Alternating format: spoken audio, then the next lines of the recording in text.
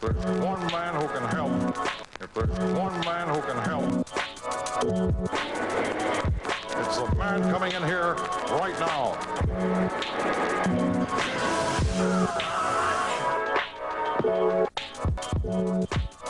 Hello, everybody, and welcome to the FMA 2003 episode guide. I'm your host, Joe, aka Merlin the Mighty. Just a big Full Metal fan, kind of going back through and giving my thoughts on the show episode by episode and trying to give some pointers and give out some ideas that might be interesting food for thought. And you can all listen along and, share your thoughts as well. All right, so this is going to be episode 3, titled Mother. But we can all guess what this is about. Yep, basically this episode is pretty much just a flashback of what happened to the Elrics, kind of expanding on the first scene in the original episode. And in a weird way, it kind of almost acts as a secondary pilot.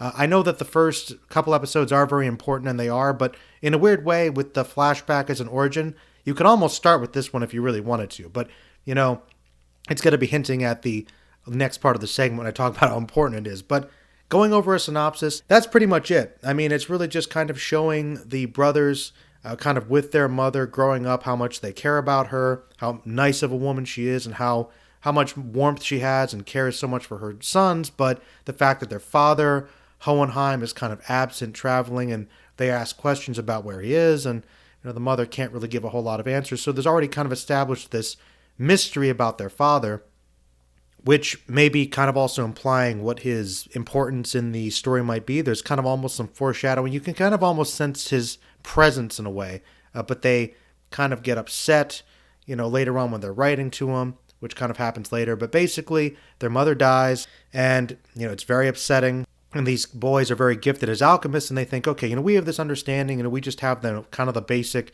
breakdown of how to create a human, as Edward was kind of talking about to Rose in the first episode.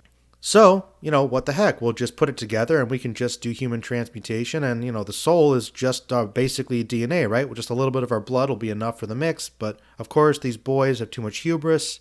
They're very naive. They don't really understand what they're doing. They're kind of doing that classic messing with things they don't understand. Very classic trope going back to Frankenstein's monster and all that stuff I love. Kind of the dangers of science and, kind of that, cautiousness that is kind of implied almost as a warning, sort of another thematic aspect of the show.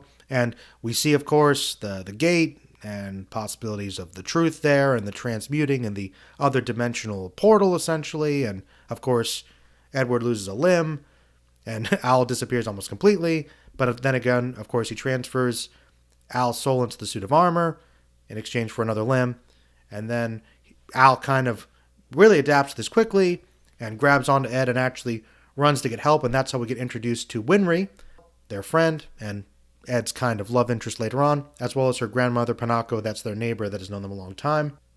Winry and Panako are experts at forging automail, which of course are the metallic limbs that are attached to the nerves. Becomes pretty iconic for the show. As this is happening, it turns out that Mustang had been looking for Hohenheim because he had intercepted a letter. He found out the boys were looking for him, and it turns out he was looking for Hohenheim as well. And this is kind of where he discovers what the boys were trying to do and kind of says, all right, maybe you're really talented. I'd like to recruit you to be state alchemists. But then Panako actually gets really mad and is like, no, why would I want them to serve the military? It has done nothing good. This also then kind of sets up this conflict of this tension that's kind of between the military and a lot of people in the state of Amestris, and specifically the resentment about alchemists and that they don't have as much autonomy. They kind of pretty much just have to do whatever the military tells them to do. So there's another kind of a political theme of power and how it's distributed and how it's shared, and a lot of this conflict between the military specifically and ordinary citizens. So another thematic element and conflict is established in this episode as well. So there's kind of more seeds that are being done, also little bits of world building. However, Ed decides that he does want to pursue being a state alchemist because he wants to gain access to the library so that he can figure out a way to get Al's body back, which is really his primary drive throughout the series. And then they burn their home and they leave for Rezembul. So yeah, it really is just kind of an expanded origin of what sort of happened, but it really adds a lot of fleshing out to the characters and their motivation specifically, as well as a little bit of that world building. Overall, it's a pretty hard-hitting, emotional episode. I think that scene where they kind of burn their house down to kind of almost like wash away their mistakes, or in this case, burn away their mistakes, and kind of like really forcefully put it behind them, even though clearly they're going to be carrying a lot of these issues with them well into the future episodes. So, because they're kids. And even if they weren't, they would still probably carry a lot of those traumatic issues because, let's face it, it was pretty intense. So overall, my feelings for it, I think it's a very good episode. It's very simple, but a lot really is kind of compacted within that 20 minutes. Very important for the show. I really highly recommend it. I don't think you should skip this one. My favorite moment from it, really just a lot of the images of the transmutation going wrong are pretty horrifying and frightening. I also really like just Edward's kind of getting attached to the automail and how strong he is and how much he's enduring because he wants to try and get through that so he can help his brother. That shows a lot of his inner strength.